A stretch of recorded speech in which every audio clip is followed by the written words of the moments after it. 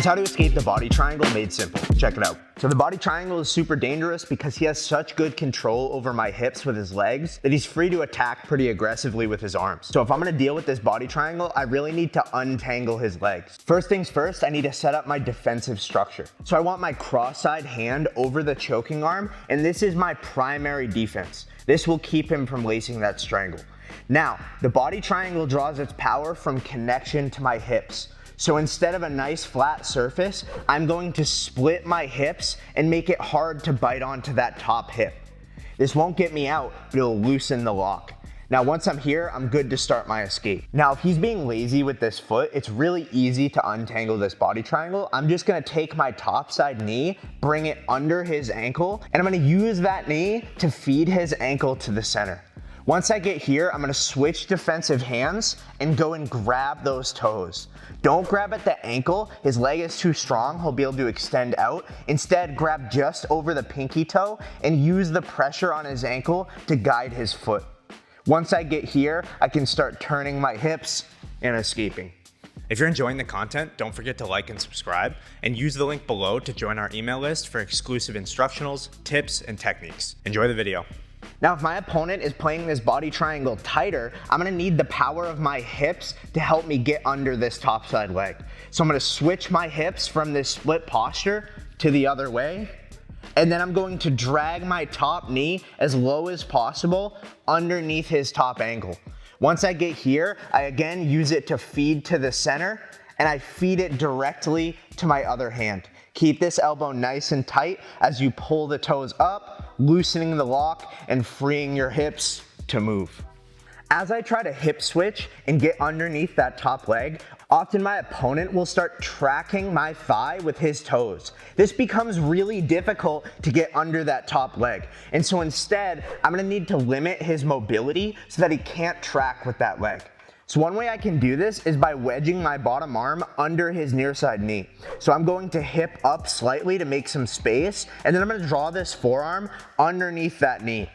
As I wedge this down into the mat, it makes it easier for me to switch my legs and get under that foot. I continue to grab these toes, swivel my hips, and begin to escape. Now, as I get to the final stage here, if I feel his lock significantly loosen and I was able to wedge my forearm underneath, then instead of escaping with my back flat to the mat, I'm gonna look to roll up and get on top. This wedge is gonna keep his hips stuck to the mat so that he can't follow me, but I wanna make sure that I don't try to roll away from him. It's too easy for him to pull me back down into the pocket.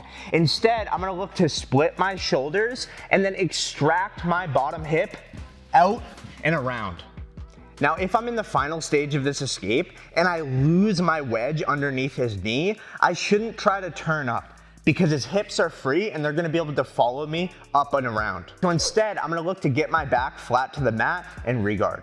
So I keep my defensive hand in place. I'm going to grab the toes to pull them up and out. This weakens the lock and frees up my hips. Now I can walk my hips parallel to the ceiling and rest my weight on this bottom leg. If I lift weight off this bottom leg, it's going to be free and he'll mount me right away. Instead of lifting up off this leg, I'm gonna keep my weight on it and keep his bottom leg trapped to the mat. This is gonna give me time to break the grip apart and feed my top elbow into a frame against his hip.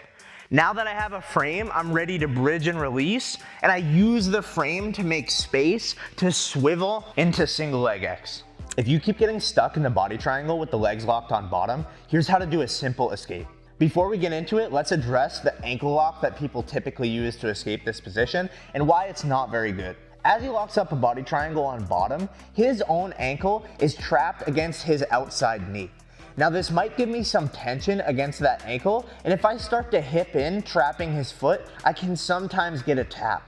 The problem is, it's very easy to stop. If he plants his inside foot to the mat and drives some weight into it, my hips are not gonna be enough to create braking pressure. So instead of trying a gimmicky ankle lock, we're just gonna look to untangle these legs and escape. So the first thing I need to do is untangle the locking leg. So I'm going to hop my hips back, creating space, and then I lace my top side foot against the inside of his ankle.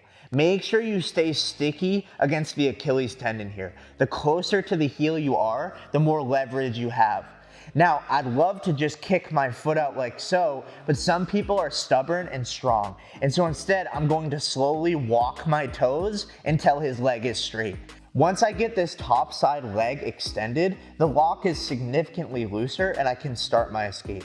I'm going to look to tilt my hips towards the ceiling. As I do, I replace my top foot with my bottom knee. This makes it very hard to relock. Now again, I don't want to bridge and release this bottom leg because he'll just move directly to mount. So I keep weight on it to give me time to set up my defense. Now because the underhook is on my top arm, I'm not going to be able to extract this elbow and build a frame. And so instead, I'm gonna look to attack the choking arm. So I get a 2-on-1 on the choking arm and I look to break his grip. So I push out and up. Once I get the grip broken, I want to straighten his arm, bring it around my head, and keep it stuck on this side of my body. Once I have this arm across my head, I'm safe from the choke, and I have pretty good control over his upper body rotation. So I extend this arm, I'm going to bring my hips level to the floor, and I'm going to plant both feet on the mat. Now I can bridge, keeping this arm extended, and then I'm going to switch my hips and get up to posture. If you keep getting your arms trapped from the back, you need this. Check it out. First, let's address the most common way people get their arm trapped. So as I get stuck in rear mount, I'm looking to untangle his hands, beat his legs, and escape. Sometimes that means I need to use my hands to help free his legs and escape my hips. So the mistake a lot of people make is that as they go to escape, they reach their top side arm across to the bottom hook and start trying to beat it to escape. The problem is reaching across your body like this so low is going to lead me directly into an arm trap. So instead, if you're gonna use your hands to help, you need to switch your defensive hand and then take your bottom side hand to reach to the toes. This makes it impossible for him to arm trap me as I look to escape. If he does successfully trap my arm, there are some tricks I can use to escape this. First and foremost, I keep my defensive hand in position, covering that choking arm to avoid the strangle. If my hips are facing forward, his locking leg has a nice tight shelf to place on top of. And so the first thing I'm gonna do is split my legs to loosen that shelf. Once I get here, it gives me a nice pathway to point my top side thumb down and scrape it underneath his heel to the inside. Now I'm free and I can return to my escape. If your opponent traps your arm behind your back, it's actually easier to escape. His heel is exposed, so I'm just going to take my thumb, point it towards that heel, and draw my wrist underneath that heel. Now I turn my thumb back to face the toes, pointing the thin side of my wrist towards the opening, and then I just drag it across to escape. Thanks for watching. Use the link below to join our email list for more exclusive content, and use code BSF15 for 15% off MA1 combat gear.